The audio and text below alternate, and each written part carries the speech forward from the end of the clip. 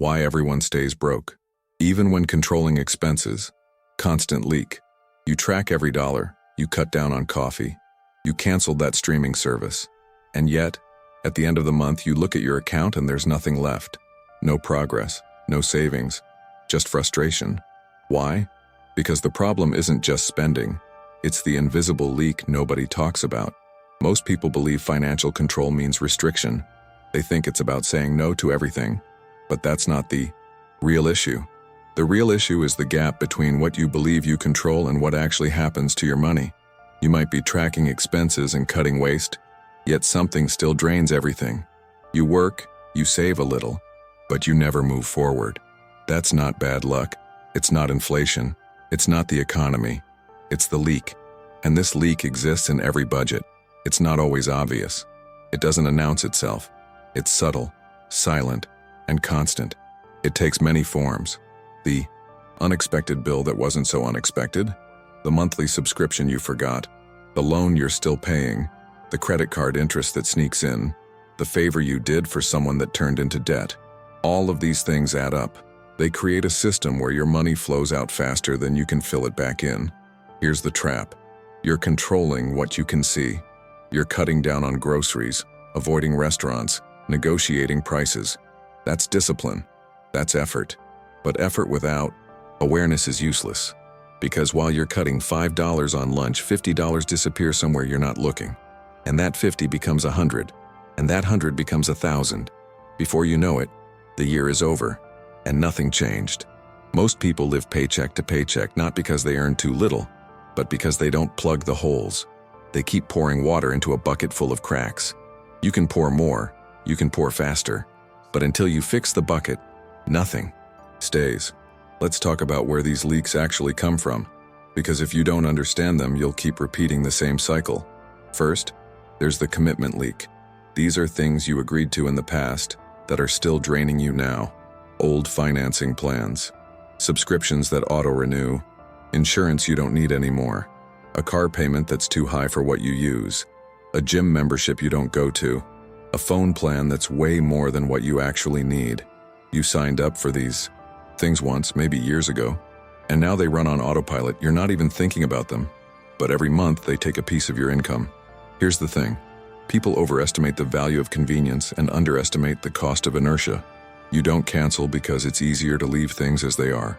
You don't renegotiate because it feels like work. You tell yourself it's not that much, but it is. It's not about one subscription.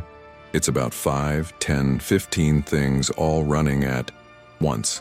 That adds up to hundreds of dollars every month, and that's money that never had a chance to help you build anything.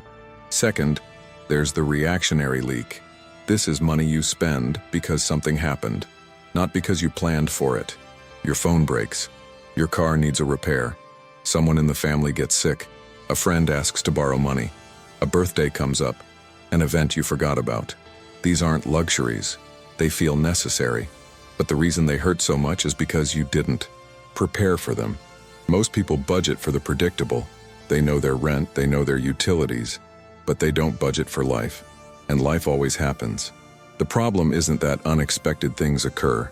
The problem is calling them unexpected when they happen all the time. If your car breaks down once a year, that's predictable. If someone has a birthday every year, that's predictable. If your phone needs replacement every few years, that's predictable. But if you don't plan for it, it feels like an emergency. And emergencies make you do desperate things. You borrow, you use credit, you break your own system, and then you spend months recovering from something you could have prepared for. Third, there's the emotional leak. This is the hardest one to see because it doesn't feel like waste, it feels like survival. You buy something to feel better. You treat yourself because you worked hard. You spend because you're stressed. You order delivery because you're tired. You shop online because you're bored. None of these are bad on their own. The problem is frequency. The problem is pattern. The problem is that emotions drive decisions more than logic does, and emotions don't care about your budget. People underestimate how much they spend emotionally. They track the big purchases but ignore the small ones. A snack here, a little upgrade there, something on sale, something you deserve. It adds up. And worse, it becomes a coping mechanism. The stress of being broke makes you, spend to feel less broke. It's a cycle that feeds itself. Fourth, there's the social leak. This is money you spend because of other people. Not because you want to, but because you feel pressure. You go out because everyone else is going. You buy gifts because you're expected to. You lend money because saying no feels uncomfortable. You upgrade your lifestyle because your peers did. You pretend you're doing fine when you're not. Here's what nobody tells you.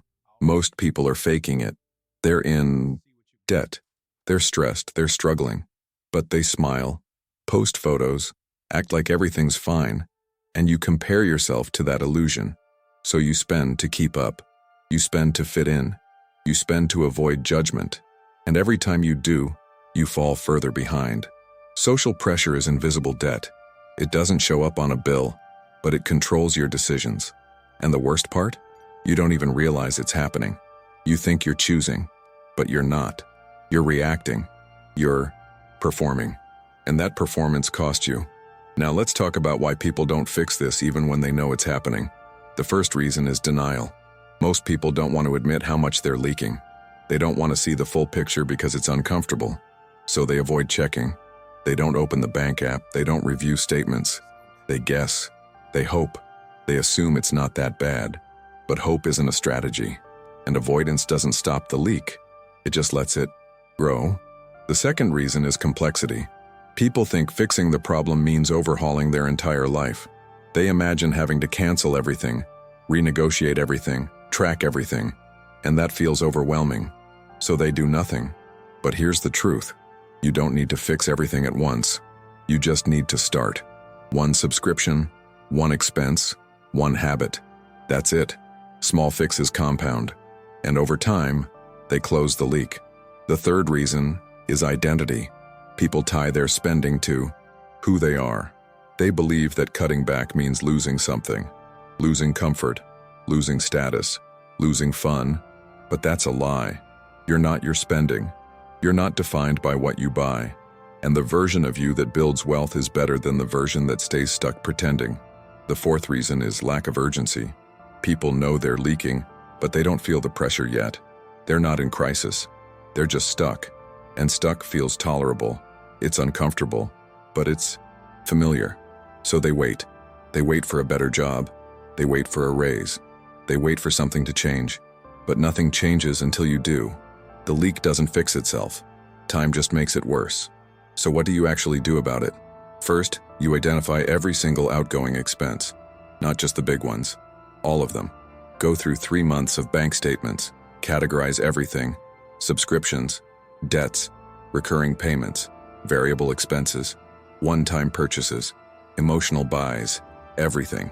This step is tedious, it's boring, it's uncomfortable, but it's necessary. You cannot fix what you don't see. Second, you challenge every expense. Ask yourself, do I still need this? Am I using this? Is this worth what I'm paying? Could I get this cheaper somewhere else? Could I do without it? Be honest. Be ruthless.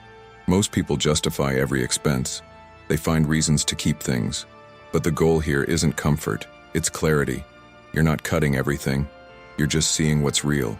Third, you cancel or renegotiate the leaks. Start with the easiest ones. Subscriptions you forgot about, services you don't use, contracts that are up for renewal. Call your insurance company. Call your phone provider. Ask for a better rate. Most companies have cheaper plans, they just don't advertise them. You have to ask. And if they say no, you switch.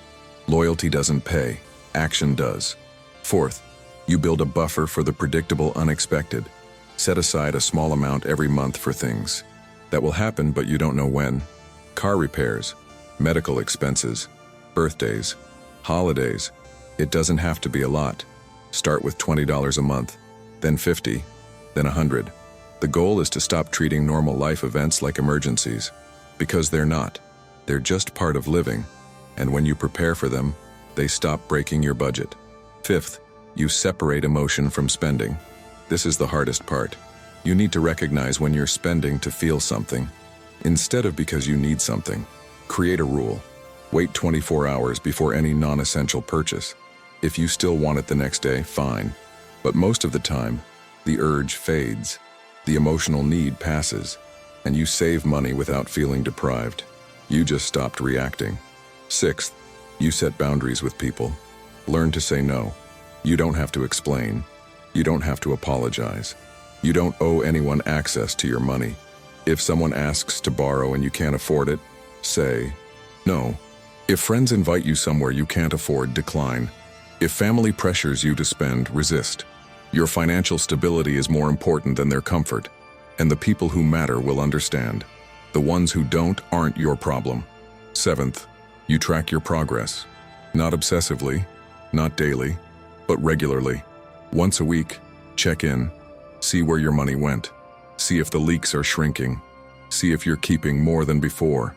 Celebrate small wins. $5 saved is $5 that didn't disappear. $50 extra at the end of the month is progress. It's not dramatic. It's not glamorous, but it's real.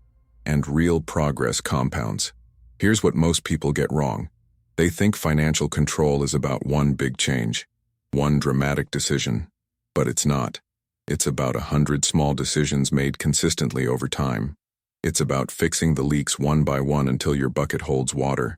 It's about stopping the constant drain so that what you earn actually stays with you. You won't get rich by plugging leaks, but you will stop being broke. And that's the first step. Because you can't build wealth while you're hemorrhaging money.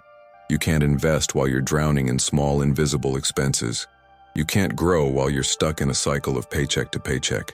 Most people never fix the leak. They just try to earn more. They work harder. They take side gigs. They hustle. And all of that extra money drains out just as fast as the rest. Because the problem wasn't income. It was the system. And no amount of income fixes a broken system. You don't need to make more to start winning. You need to lose less. You need to see where it's going and stop it from going there. That's control. That's power. That's the foundation of everything else. This isn't about deprivation. It's about awareness. It's about stopping the slow, constant bleed that keeps you stuck. It's about taking back control of your money so it works for you instead of disappearing into a void you don't even understand. So here's the real question. How much of your income is leaking right now? And how long are you going to let it keep draining before you do something about it? Because the leak doesn't stop on its own. It only stops when you decide it does. And every month you wait is another month you'll never get back. Another month where your effort meant nothing because the system was broken. Another month where you worked hard, tried to save, and ended up right back where you started. You can't control inflation. You can't control the economy. You can't control unexpected events, but you can control the leaks.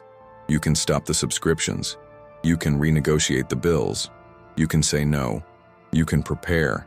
You can separate emotion from spending. You can stop living on autopilot and start making intentional decisions. And when you do that, something shifts. Not overnight, not dramatically, but steadily. The money you earn starts staying with you a little longer. The stress eases.